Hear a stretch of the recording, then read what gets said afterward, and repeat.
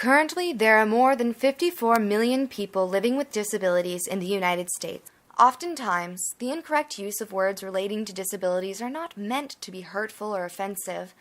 They are, in fact, often used in lieu of more vulgar, perhaps even curse words. What's more, language and the context associated with it does change over time. It is a combination of ignorance and naivety that this war of words still wages. Awareness in the community is the key for social change. The two women featured in this documentary are very similar not only because of their experience with disabilities, but also because they advocate one simple act of awareness. Think before you speak. Despite some leftover emotional scars inflicted perhaps by ignorance, one woman bounds over obstacles, relentlessly pursues happiness, and has become a successful advocate, improving on the University of Kansas accessibility and the lives of those who use it. Dorothy E. Neri not only gives insight into etiquette and accessibility issues, but she also represents one of the many individuals continuing to successfully strive for social understanding of people with disabilities everywhere. I conduct research, look for grants so I can continue to conduct research and support the efforts of our center here to both be good university members in terms of service and enhancing the university's reputation as a research institute. And our focus for our research is disability related. So we're looking specifically as part of our main activity is how can we assist people with disabilities to participate more in the community and have full lives. I had a disability from birth, spina bifida. It didn't become as symptomatic until my 20s. I started having difficulty walking. So around age 30 I got a wheelchair, and that really became very liberating for me. I really didn't identify as a person with a disability as I was growing up. I knew I had a difference, but I could walk everywhere, ride a bike, play kickball. So I didn't identify as a person with a disability, so the language really wasn't an issue. But once I became an adult, and particularly around age 30 when I started using a wheelchair, and I realized, well, I'm a person with a disability, and then I got involved in passing the ADA, the Americans with Disabilities Act.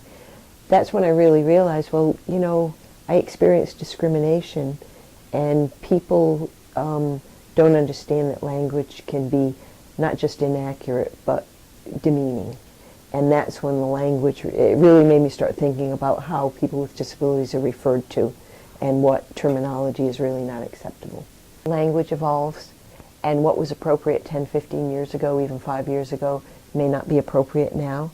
So, you know, learn what the terminology is that is not offensive now and that is positive, and try to use those terms. A lot of people are just unaware that there's been a civil rights movement for people with disabilities. We have to be the educators.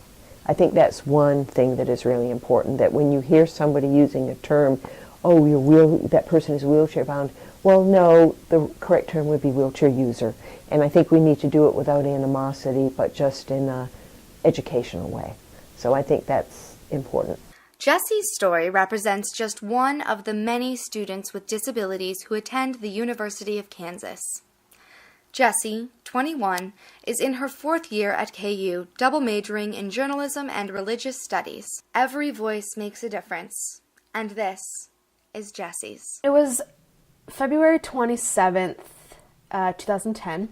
So I was a senior in high school at the time. I had just turned 18. And I was coming home from Walmart, which is just a few blocks away from my house, and you know, that's what they always say. They always say that like wrecks always like happen a few blocks away from your home. I don't know why that is, but in my case it was true. It was snowy and icy outside, and I passed out at the wheel, and I ran through the 4-way stop right by the lake that goes into my subdivision, and I ran through that and was going down into the lake, and hit a tree. And I wasn't wearing a seatbelt, so like I went forward, and that like crushed my lungs, and like my heart got all messed up, and then my legs just were shattered because the engine came back and just crushed them. That's the airbag, and they had to pull me out because my legs were underneath and just crushed. My dad said that when he saw the car, he was like, there's no way that she survived this. This whole joint is just fused. It's just like one bone, so it doesn't bend. That's the plate that held that bone together from the wreck. I'm still like not like healed.